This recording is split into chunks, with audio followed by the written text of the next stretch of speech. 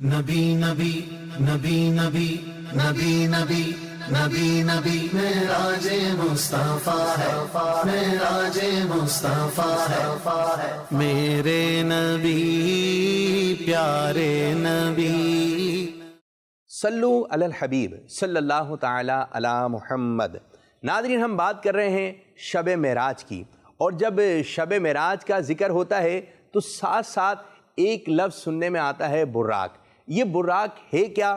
یہ براق کہاں سے آیا تھا؟ یہ براق کون لے کر آیا تھا؟ اللہ تبارک و تعالیٰ کے حکم سے جبریل امین علیہ السلام یہ براق جنت سے زمین پر لے کر آئے۔ اب یہ براق تھا کیسا؟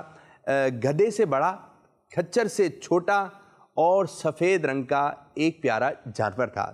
پیارے آقا صلی اللہ علیہ وسلم نے اس براق کو ملاحظہ فرمایا کہ اس کے اوپر زین کسی ہوئی ہے، اور اس کی رفتار کا، اسپیڈ کا عالم یہ تھا کہ جہاں ایک انسانی نظر ٹھہرے وہاں اس کا ایک قدم پڑتا تھا۔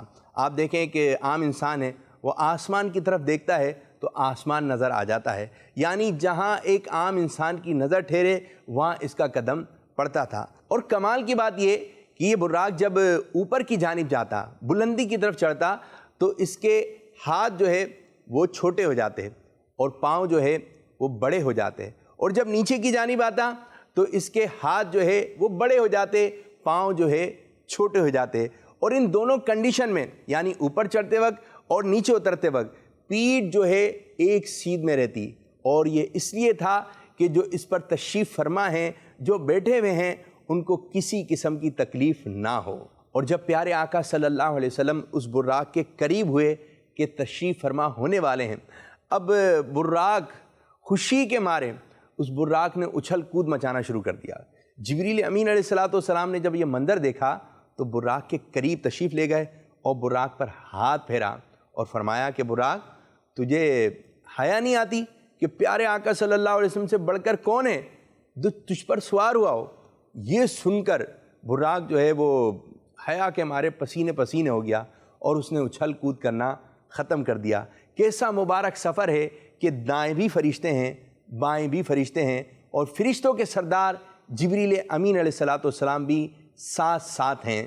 دائیں بائیں فرشتوں کی بارات ہے، سر پہ نورانی سہرے کی کیا بات ہے، شاہ دولہ بنا آج کی رات ہے۔